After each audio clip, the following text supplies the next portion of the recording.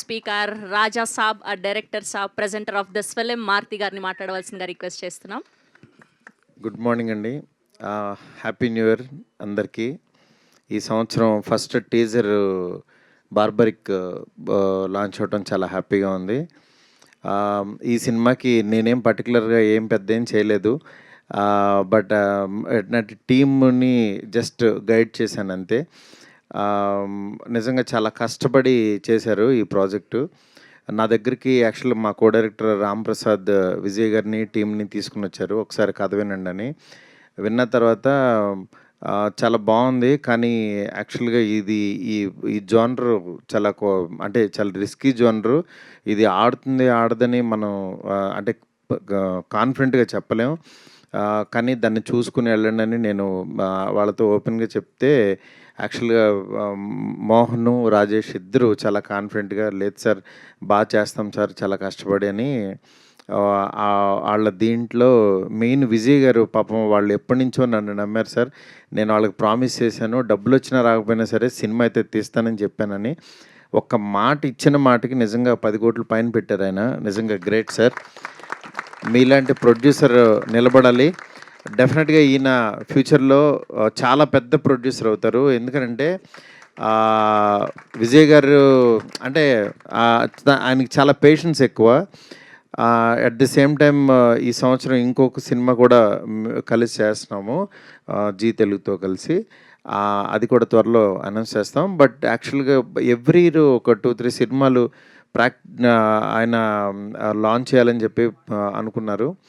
ఈ టీము ప్రత్యేకంగా first barbaric team Mohan లోపలికి వెళ్ళిపోయింది బార్బరిక్. ఇప్పుడు ఆ సినిమాని మనం ఏం చేసినా సరే ఫస్ట్ సత్యరాజ్ గారి క్యారెక్టర్ కనిపిస్తుంది, కానీ అసలు రియల్గా యాక్టింగ్ చేసింది చూశారు కదా, మైక్ తీసుకోగానే ఎలా ఇరుచుకు పడిపోయాడు.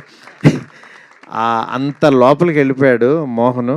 నిజంగా ఒక డైరెక్టర్కి అంత ఇంట్రెస్ట్, అంత ఎంతూజియాజం ఉంటే తప్పించి ఆ ఎనర్జీ స్క్రీన్ మీదకి ట్రాన్స్ఫర్ అవ్వదు. నిజంగా చాలా బాగా తీసావు మోహన్. నెక్స్ట్ రమేష్ రెడ్డి గారు ఆయన వచ్చారా, రాలేదా? ఆయన సినిమాటోగ్రఫీ ఎక్స్ట్రాడినరీ. నాకు ముందు యాక్చువల్గా చిన్న డౌట్ ఉండేది, ఈ కథ ఎలా వస్తుందో ఏంటంటే. మధ్యలో రష్ చూపిస్తే తీసుకొచ్చేవాడు. నిజంగా చాలా బాగా అనిపించేది. దానికి తగ్గట్టు ఇన్ఫ్యూషన్ మ్యూజిక్ బ్యాండ్ కూడా, ఒక మ్యూజిక్ బ్యాండ్ మ్యూజిక్ చేయడం అనేది నాకు తెలిసి ఫస్ట్ టైం ఇది రీసెంట్ తెలుగులో. అలాంటిది వాళ్ళు చాలా మంచి మ్యూజిక్ ఇచ్చారు. ఆ మ్యూజిక్ని మన ఆదిత్య నిరంజన్ గారు, ఆదిత్య మ్యూజిక్ వాళ్ళు ఎంకరేజ్ చేయడం చాలా హ్యాపీ. ఈ టీం అందరికీ పేరు పేరున ఇంకా ఎట్లాగో చెప్పాల్సిన సందర్భం ఉంది. డెఫినెట్గా ఈ సినిమా చాలా కొత్తగా ఉండే సినిమా. అంటే ఒక మైథలాజికల్ పాయింట్లో ఉన్న ఒక క్యారెక్టర్ త్రిబాణాధారిని ప్రజెంట్ జనరేషన్లో ఒక సైక్రియాటిస్టు ఒక ముగ్గురు మీద ఆ ఎక్స్పెరిమెంట్ని ప్రయోగం చేస్తే ఎలా ఉంటుందో అనేది చాలా అందంగా రాసుకున్న స్క్రిప్ట్ ఇది. డెఫినెట్గా ఇది కొత్తగా ఉంటుంది.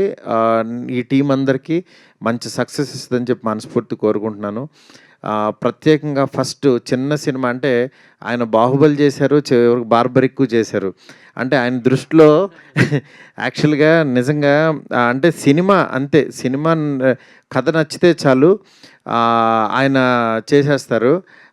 అట్లాగా సత్యరాజ్ గారు జస్ట్ వెళ్ళి వాళ్ళు కథ చెప్పిన తర్వాత నేను చేస్తానని నాకు మెసేజ్ పెట్టారు. నిజంగా చాలా చాలా థ్యాంక్స్ సార్.